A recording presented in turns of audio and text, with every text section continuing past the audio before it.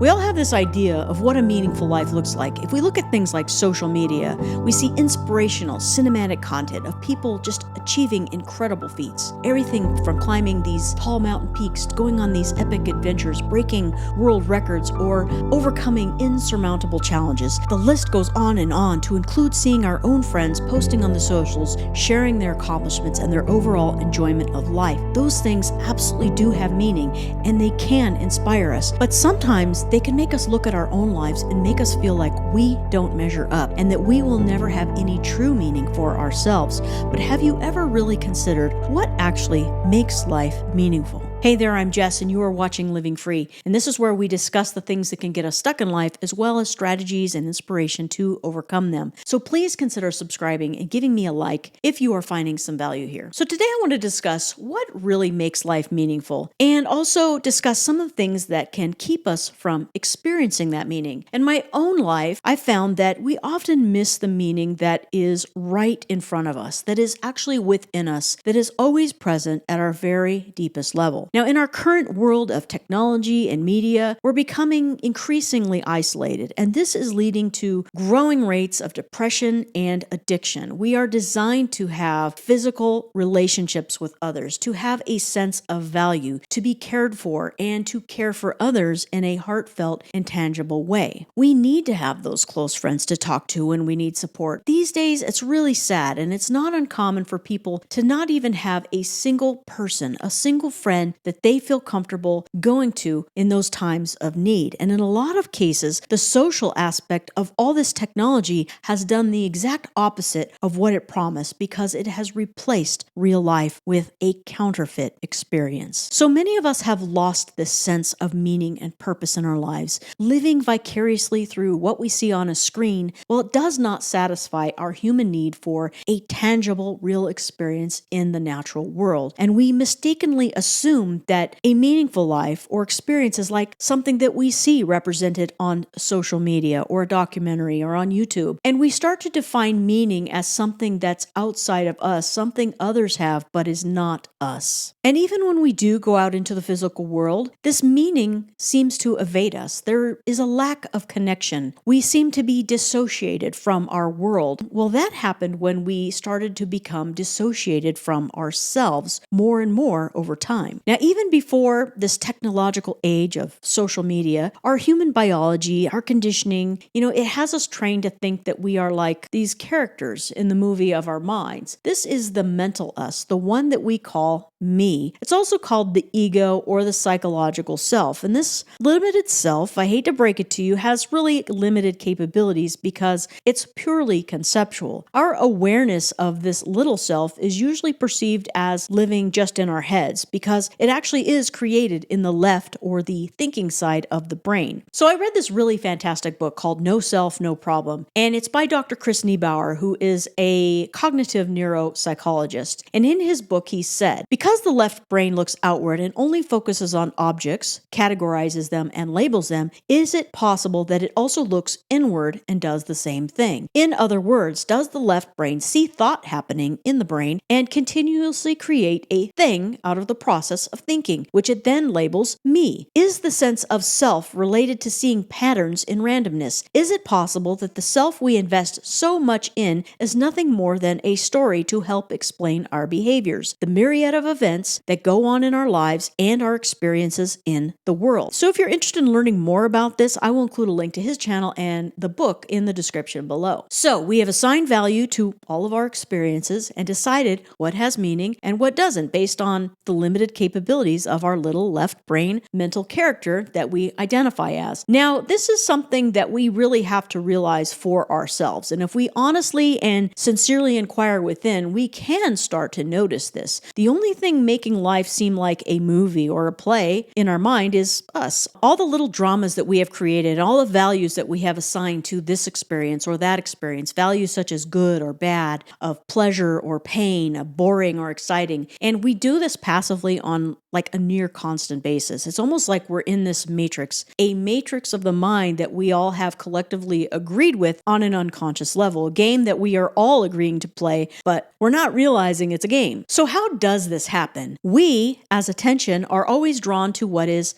out there. That little conceptual character we play is always focused out there, projected in some way. That little character assigns meaning to everything because, well, that's what mind does. It categorizes, it partitions everything by design. It's really incredible what the mind is capable of doing. But addictive habits can keep us stuck in this conceptual idea of ourselves, this projected identity that is the character, this character that gives itself high or low scores according to its ability to be successful, to be loved, to be approved of, or its rate of failure and low approval ratings. It has standards and rules to live by, but it often falls short, which, well, that lowers the value score it will give itself. Now, I've talked a lot on this channel about being divided inside. This is what I'm getting at. Whenever we believe that we are other, we are divided. That little mental character feels like other.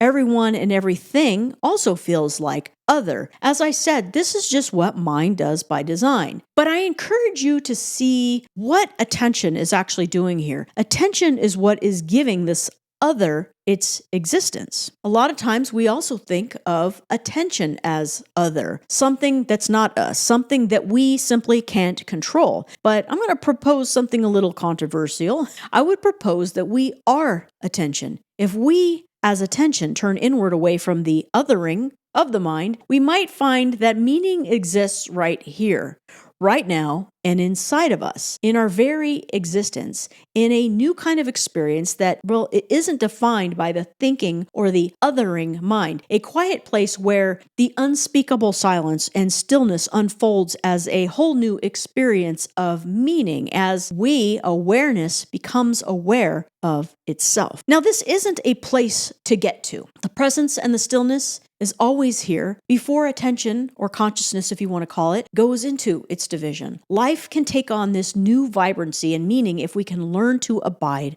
from here. It's really incredible what we can learn from our own silent depths. The more time we spend here, the point of our very emergence of life, the more we can experience from this place of immediate unfolding existence, this true meaning, because we aren't caught up by all the externals. So I would encourage you to take an honest look about how you are oriented. Look at all the ways you think and identify as. Do certain habits keep you believing you are this separate, personal character? Addictive habits can keep us from finding the depth that I'm talking about here. Drinking alcohol, for instance, can keep us on this euphoric surface level of experience. And then it can turn into this surface level identification as thoughts and feelings. And we often attach to those really bad feelings about ourselves. So things like chronic alcohol use or other destructive habits can keep us in this world of illusion and division, a world of superficial meanings made up of thoughts and feelings and all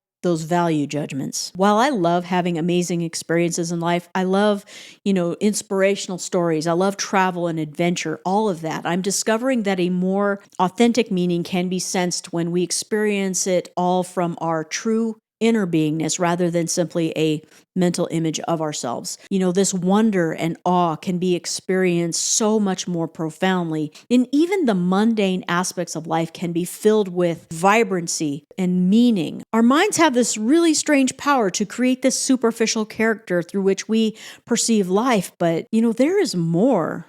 I promise you, all of life is meaningful, and every aspect of our unfolding is meaningful. I'm sure it's becoming obvious to you by now that I hold to sort of a non-dual view of existence as a whole. But for me, that doesn't mean bypassing or dismissing all experience as meaningless. In its totality, it is all incredible, no matter how we label or value the seemingly individual aspects of it. So as human beings, what do we actually know about the meaning of our existence? Well, nothing really. Our minds try their best to come up with something, to figure it out, to find something to believe in. We have this natural desire to have an explanation for it all. We don't feel comfortable in unknowing. All we can know is that we exist.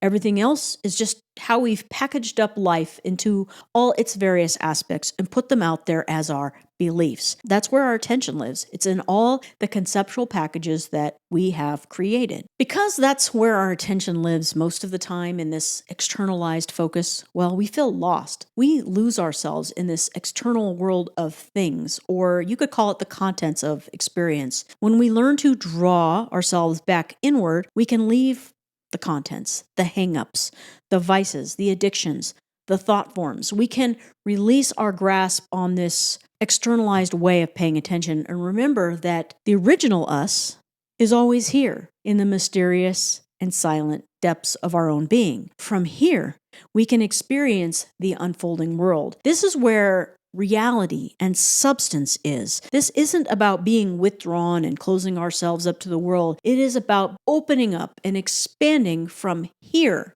so we can take it in and sense the totality of life rather than this constrained view of the character that we have been playing. So I encourage you to observe how you are oriented. So meaning then is determined by our orientation, or where our attention is. Superficial meaning is concerned with the value of external validation and temporary pleasures and all the various ways that we package life up according to our desires and aversions. Viktor Frankl, a Holocaust survivor, wrote in his book Man's Search for Meaning, meaning orientation has subsided and consequently the seeking of immediate pleasure has taken over. He goes on to say in another part of the book, depression and aggression and addiction are due to the existential vacuum, a feeling of emptiness and meaningless. One thing I find really helpful when my mind feels divided and scattered is to just kind of remind myself that I am attention. I am also the movement of attention. It's not a separate thing doing its own thing apart from me. But when we, as attention, go into our habits of distraction, our addictive behaviors, and our destructive thinking patterns, instead of being helpless to it, remember that you are it. Move yourself as attention back inward into your body, but relax. It's not forced, it's not rigid, and it does take practice because we're deprogramming the habits of living in our thoughts and trying to control our outcomes. And trust me, the mind's habit is to interfere in this process, but be patient. If this is something entirely new for you, but you are interested, check out things like Yoga Nidra and body scanning practices, and these are things that can assist you in getting the attention out of the thinking mind. Sometimes it's really hard to find the stillness that is always here in the immediate presence of our being. I totally get that. The outside world is such a loud place, and it's filled with all these other humans that are living in their heads, in their mentally created worlds, believing that they are the actual characters of their minds. This is the majority of society, with all the expectations and the beliefs and the opinions, with all its shouting and anger and all the destruction and war. Just realize what is happening and be willing to step back. Be willing to disengage. So, to rediscover meaning in life is to rediscover the very meaning of us, the true you, not the character. The true you is directly connected to the source, the underlying reality that emanates from the unseen into the seen, the formless into the world of form. Let your life be expressed from here. This is not something that can be understood on an intellectual level. It is only something sensed experientially. Word descriptions can only serve as pointers, and taken otherwise, they only turn it into another concept of mind. So be true to what is here. Change the orientation from out there to in here. From here. Be attention. Be attention moving inward to the root of awareness, the still and silent presence that is sensed as nothing and everything at the same time. Let the outer area of your life that is addicted and stuck be healed from here. But it will all come down to you. Liberation is possible right now. And if you feel it, you know it. So what will you choose? So I hope you got something out of this video. Again, please like and subscribe if you did. I appreciate all of you for being here with me today, and I will see you next time.